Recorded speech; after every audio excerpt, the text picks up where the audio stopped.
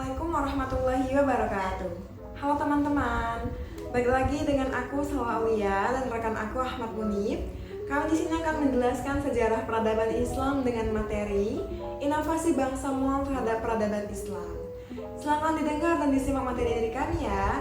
Check this out.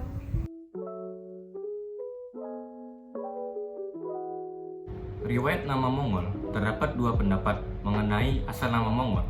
Pertama, nama Mongol diambil dari nama tempat mereka yang berasal, yaitu Mongolia. Nama Mongol juga berasal dari bahasa Cina, yaitu Mong, yang berarti pemberani. Pada tahun 1258 sampai dengan 1500 Masehi, peradaban Islam mengalami kemunduran yang dikarenakan serangan invasi dari bangsa Mongol ke seluruh wilayah kawasan Islam. Pada masa itu, kawasan Islam cukup banyak yang diinvasi oleh bangsa Mongol, yaitu dimulai dari pegunungan Mongolia, Cina, Turki, Samarkand, Afghanistan, Bukhara, Khawarizm, sampai ke Baghdad. Kekaisaran Mongol adalah kekaisaran kedua terbesar dalam sejarah dunia setelah Imperium Britania. Kekaisaran Mongol didirikan oleh Genghis Khan pada tahun 1206 sesudah mempersatukan suku-suku Mongolia yang saat itu sering berselisih di antara sesama dan memulai banyak penaklukan dinasti Xia di Cina Utara dan kerajaan Khawarizmia di Persia.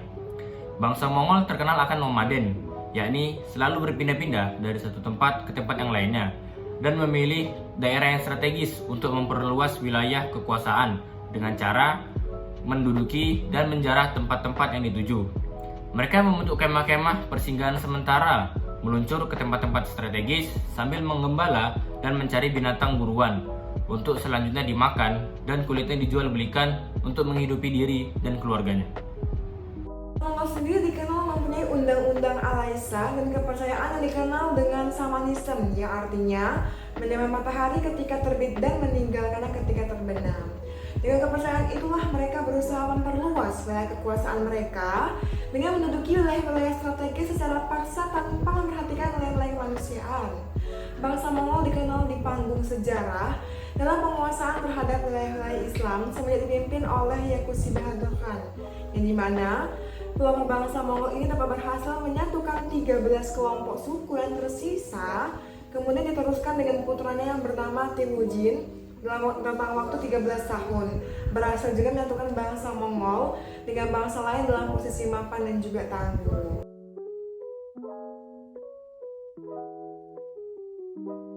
Selanjutnya, invasi yang dilakukan oleh bangsa Mongol.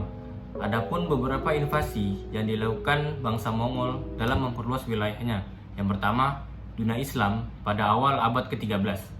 Pada awal mula abad ke-13 di sebelah barat Asia dan di Afrika, terdapat beberapa negara Islam yang bermusuhan. Setiap pengusaha merasa tertarik untuk menjalankan ekspansi wilayah kekuasaan sambil memporak-porandakan pengusaha-pengusaha lainnya.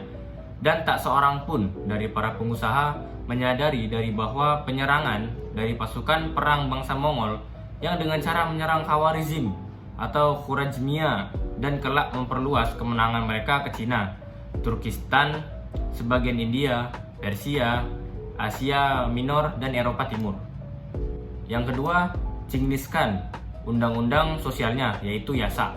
Dengan meninggalnya Yisugai pada tahun 1175, yaitu seorang yang pertama kali mempertahankan independen bangsa Mongol dari pemerintahan Cina.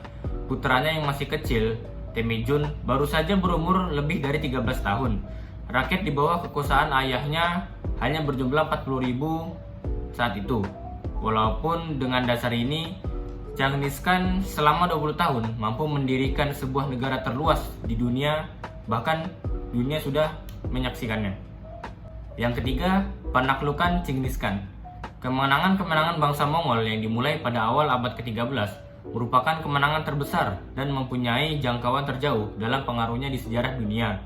Tentara Mongol menyapu bersih pusat-pusat kebudayaan dan peradaban umat Islam, meninggalkan di belakang mereka padang pasir yang kosong dan puing-puing yang tidak berbentuk, di mana sebelum mereka berdiri tegak di depan istana kota-kota yang megah.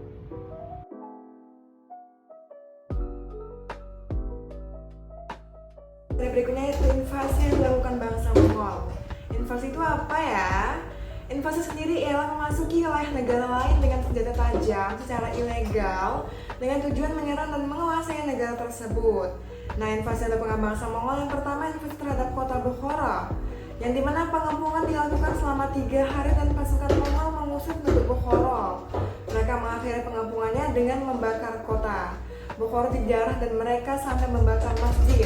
Setelah terjadi invasi Mongol, hanya sedikitlah monumen terpenting yang tersisa di Bukhara. Yang kedua yaitu invasi terhadap kota Samarkand. Setelah menghancurkan kota Bukhara, mereka berpindah kota tetangga yaitu kota Samarkand. Pada saat itu, kota itu termasuk kota besar Islam dan salah satu kota muslim terkaya. Kota tersebut juga memiliki benteng yang tinggi, namun pasukan Mongol mampu mengalahkan orang-orang di dalamnya. Mereka membunuh laki-laki, wanita, dan juga anak-anak yang tidak terhitung jumlahnya.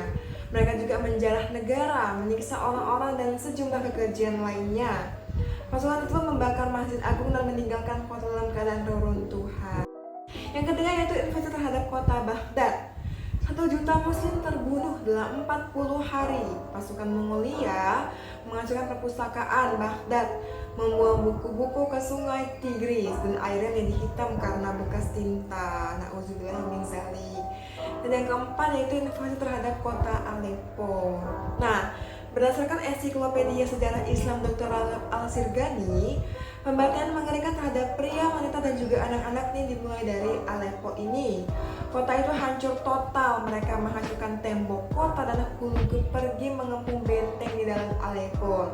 Ada Turansyah dan beberapa mujahidin di dalamnya. Mereka tak bertahan melawan, namun pada akhirnya mereka jatuh di tangan Halagu.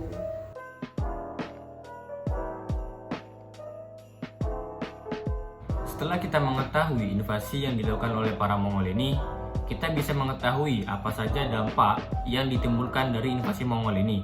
Jadi dampak dari invasi Mongol ini sifatnya itu memang mendatangkan malapetaka dan menimbulkan bencana.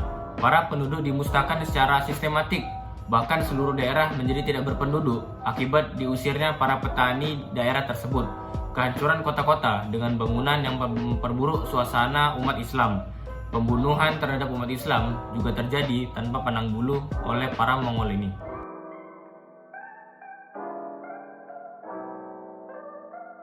Selanjutnya ialah pengaruh negatif invasi Mongol terhadap peradaban Islam. Yang pertama, menghancurkan kota-kota penting Islam. Yang menemukan ialah penghancuran kota bersejarah Baghdad. Yang kedua, kurangnya Hutbul Khonah. Mereka menghancurkan pusat-pusat peradaban ilmu sehingga banyak kitabnya hilang dan juga hancur. Dan yang ketiga itu penyelewengan ilmu.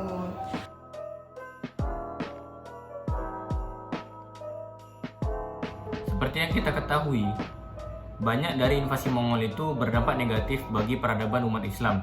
Tetapi ada juga dampak positifnya yang perlu kita ketahui. Pertama, banyaknya sekolah dan mausu'at. Akibat serangan-serangan bangsa Mongol, kegiatan ilmu berpindah ke Mesir, karena hanya Mesirlah kerajaan yang selamat dari serangan bangsa Mongol, yaitu pada waktu itu yang berkuasa kerajaan Mamluk, sehingga Mesir tumbuh suburlah perkembangan ilmu pengetahuan. Hal ini terbukti dengan berdirinya sekolah-sekolah terutama, yang paling agung ialah Jami'ah Al-Azhar Kairo, dan juga yang istimewa yaitu dengan lahirnya Mausu'at dan Majmu'at, yaitu buku kumpulan berbagai ilmu dan masalah seperti yang kita hadapi sekarang, atau bisa disebut ensiklopedia. Yang kedua, kemajuan peradaban. Mahmud Ghazam pada tahun 1295 sampai 1304 Masehi, yaitu raja ke-7 dan telah memeluk Islam. Ghazan sangat memperhatikan perkembangan peradaban. Ia membangun perguruan tinggi mazhab Syafi'i dan mazhab Hanafi, sebuah perpustakaan, observatium, dan gedung-gedung lainnya. Yang ketiga, muncullah ulama-ulama besar. Di antaranya ialah ahli filsafat Islam, yaitu Ibnu Khaldun, Ibnu Taimiyah, seorang perintis dan pejuang agama, dan Nasir ad-Din, yaitu Tusi, seorang ilmuwan muslim dalam bidang perbintangan. Oke guys, itu saja pemaparan materi dari saya dan juga rekan saya tentang invasi bangsa Mongol terhadap peradaban Islam. Saya Salah Aulia dan juga rekan saya Ahmad Muni pamit undur diri. Assalamualaikum warahmatullahi wabarakatuh. Dah.